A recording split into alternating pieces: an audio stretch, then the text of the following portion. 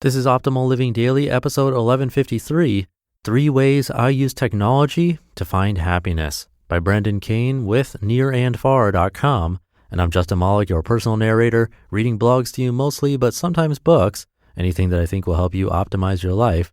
Today's post being from a guest author on Nir Eyal's website, NirAndFar.com. Nir is spelled N-I-R.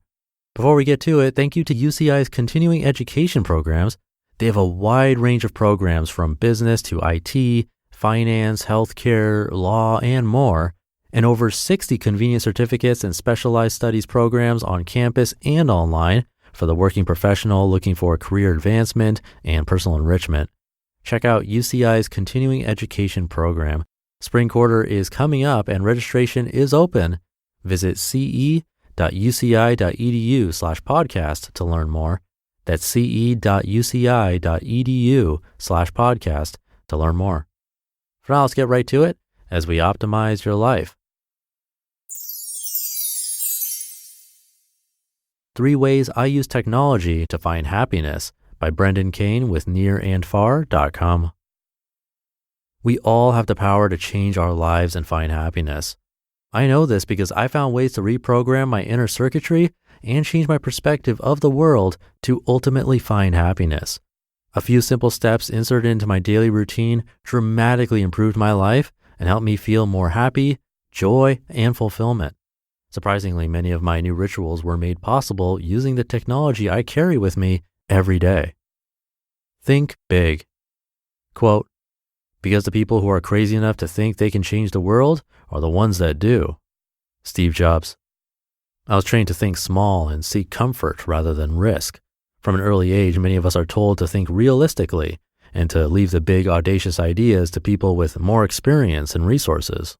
But the truth is, as Steve Jobs said, quote, everything around you that you call life was made up by people that were no smarter than you, end quote. We are all born with the same basic brain hardware, and though there are variations in intelligence between people, the differences are relatively minor and show little correlation with life outcomes. However, what does make a difference is how much we believe in ourselves and our capabilities. A much greater determinant of where we will end up in life is whether we have what Stanford researcher Carol Dweck calls a fixed or growth mindset. I set out to remove the fixed mindset I'd cultivated over the years. I did this through a daily practice of using my iPhone notes tool to brainstorm the biggest and craziest ideas I could think up. These ideas could be anything from starting $1 billion business to designing a way to live on the moon. The practice of thinking big on a daily basis flexed my mind's capacity to move past limitation and helped me become a more creative thinker. Use gratitude to change your attitude. Quote, gratitude is the single most important ingredient to living a successful and fulfilled life. Jack Canfield. One of the most impactful steps in reprogramming my brain to find happiness was to take a daily inventory of everything I was grateful for. Before I go to sleep each night, I make a list of the positive things that came into my life that day. For example, I might jot down a few words to remember a particularly beautiful sunset, a compliment I received, or even a meeting that went well. I use a gratitude app on my phone to record these moments. This routine sounds trivial, but I found something strange happened when I adopted the practice. After about 30 days, my perception of the world began to change. I became happier because I found myself more aware of the amazing things I had in my life. I would stop several times a day to smile in recognition and appreciation of the small things in life. The change also impacted my professional life. I started to attract more fulfilling business opportunities and more positive people to the projects I was working on. Carry your dreams with you. Quote, throw your dreams into space like a kite, and you do not know what it will bring back. A new life, a new friend, a new love, a new country. Anais Nin. What would you do tomorrow if you won the lottery? What are 10 things that you would want to accomplish with the rest of your life? Most people can only list a few things that they would do, and some people can't list any. I asked myself what the point was of running so hard toward financial independence when I really had no idea what I was going to do once I got there. If I didn't know what I wanted, how could I achieve it? I discovered that one of the best ways to determine what I wanted was to create a dream book of images on my iPad that I could look at every morning and evening.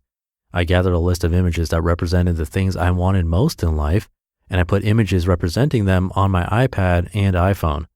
I often listen to my favorite music while I play a slideshow of the pictures I use to remind me of the things I want to achieve, places I want to go, and people I want to meet. I imagine what it would feel like if I had each of those things in my life. This exercise created a thought sequence to help me set new goals in life and provided a deliberate destination that I could envision working and striving for each day.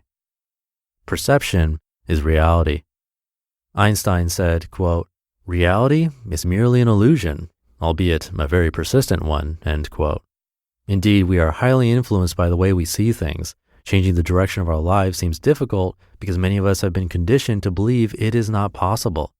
But the truth is, changing our lives and finding happiness is as easy as changing the way we think. Changing my own life was a slow process, but I began to feel more happiness, joy, and fulfillment by regularly incorporating these simple technology-facilitated habits.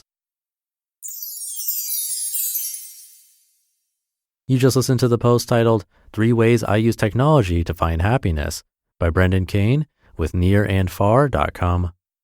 Again, that's a guest post on Nir's site. Brendan has built technology for MTV, Paramount, Taylor Swift, the NHL, and more. He knows what he's talking about.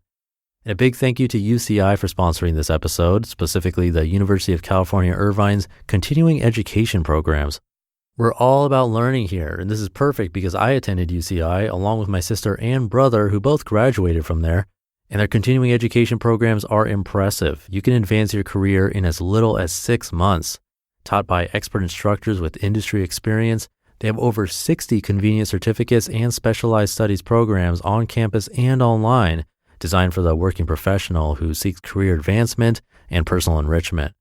Programs cover a wide range of areas like business to IT, healthcare, law, finance, and more.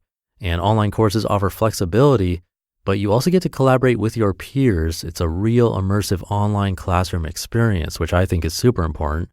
So check out UCI's continuing education programs. Spring quarter is coming up and registration is open. Visit ce.uci.edu/podcast to learn more. That's ce.uci.edu/podcast to learn more. I'll leave it there for today. Have a great rest of your day, and I'll be back tomorrow where your optimal life awaits.